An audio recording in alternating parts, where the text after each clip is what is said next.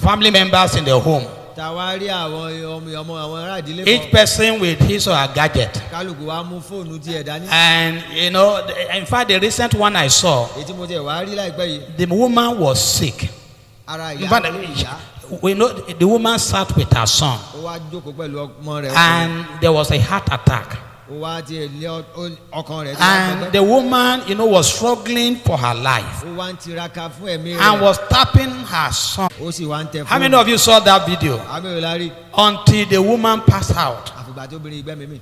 You see, that's what is happening in some homes kí ló today, ṣẹlẹ̀ láwọn ìdílé mi lónìí. where there is no communication. àìmọ̀ abára ẹni sọ̀rọ̀. If the home is the home where Christ dominates, tó bá jẹ́ ìdílé tí Jésù ti jọba o. there must be effective a communication. gbọ́dọ̀ máa bára ẹni sọ̀rọ̀ dáadáa. The seventh principle, àmúyẹ keje. I draw that from verse 26 and 27. ó wà ní ẹsẹ̀ ìkẹrin. It says that he might sanctify and cleanse it, that he might present it to himself tàbí àlébù or kan, any such thing, tàbí irú nǹkan báwọn but that it should be holy ṣùgbọ́n kí ó lè jẹ́ and mímọ́ without blemish. àti aláìlábùkù. So I call this a serving love, wá pé eléyìí ní ìfẹ́ títí ẹ̀ ṣiṣẹ́ fún the ẹni love náà. that serves. ìfẹ́ títí ẹ̀ You see ṣiṣẹ́. the word sanctify, àrí ẹ̀ tí ó sọ ní di mímọ́. presenting, ó wá ń gbé ní àgbéyẹ. nourishing.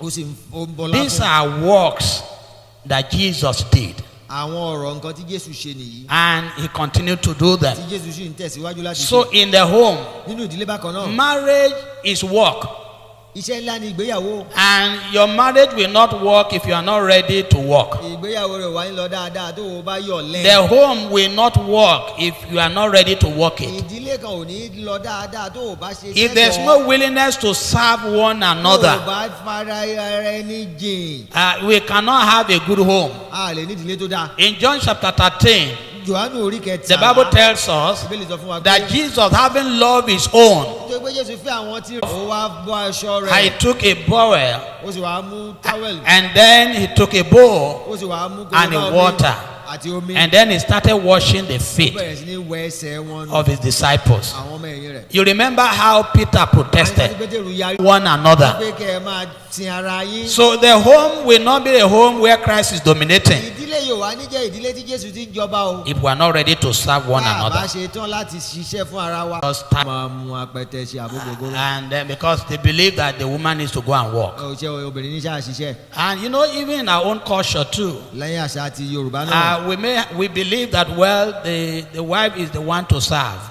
pé obìnrin níṣẹ́ àdáná ni ó máa tẹ́ tábìlì. And that's why the man can come back from have to do all the ìyàwó house ni ó chores dáná ni ó fọ́. from Genesis 2:24 wọ́n wá kà ní Genesis orí kejì ẹsẹ̀ kẹrin. ìyá rẹ̀ and be joined to his wife. yóò wá dá. Wọ́. èmi wà lu ọ̀rọ̀ mi. I will use the word synergistic love. nǹkan tá a wá ń sọ yìí wá ní ìfẹ́ tó ṣe rẹ́gí. This love ìfẹ́ tó bá. make the home better, kí ìdílé yìí bá lè dá sí. where we do not leave the whole responsibility to one person. Spirit, ṣùgbọ́n Ọlọ́run ẹ̀mí mímọ́. it's not just with us, ó wà pẹ̀lú wa. it's in us. ó wà nù wa. Because this work of salvation nítorí iṣẹ́ ìgbàlà must yìí. be preserved to the very end. a gbọ́dọ̀ ṣe títí dé òpin ni. In the same way, bákan náà wá in the home, nínú ìdílé. there must be the combined efforts a gbọ́dọ̀ ṣiṣẹ́ pọ̀. when it comes to child bearing, láti gba a gbọ́dọ̀ gbárùkù tá a bá ṣe wá jẹ́ child tọ́ ọmọ. rearing, bá a ṣe tọ́ ọmọ. home building. That's 1,000. ó lé ẹnìkan ó lé ẹgbẹ̀rún How kan. many with 2 chairs? mélòó wá ní àwọn méjì ó lé. And because there's always power in coming together. nítorí pé agbára wa wà ní ká wá papọ̀. And Jesus, Jésù who is our Kristi perfect tó example, wá jẹ́ ẹ̀rẹ́ wa. when he came to save the world, nígbà tó wá gba ayé là. he didn't do it alone. kò dáṣe o. He needed people. The point I'm making here nǹkan tí mo wá ń jẹ́ kó yé wa is ni that pé in the Christian home, nínú ìdílé kìrìsìtẹ́nì where Christ is dominating, Jésù ń jọba. we must combine our efforts a gbọ́dọ̀ fọwọ́sowọ́pọ̀ to make the home a glorious home. láti jẹ́ kí ìdílé yìí jẹ́ ìdílé ológo. So let me draw a conclusion a wà fẹnu rẹ̀ tì síbi that in this day and age, ní àsìkò tá a wà yìí o. where several marriages and homes are tí collapsing, ọ̀pọ̀lọpọ̀ ìdílé ń ṣubú. we need to have Christ as the anchor of our homes. a gbọ́dọ̀ wá jẹ́ Jésù We need to wa. have Christ as the anchor of our Jésù home. láwa kó gbogbo rẹ̀ lé lórí. You know, in Psalm 1 translation, tá a bá kà láti inú ẹ̀dá bíbélì tí olùṣọ́ he said, àgùntàn sọ yẹn. if the Lord builds the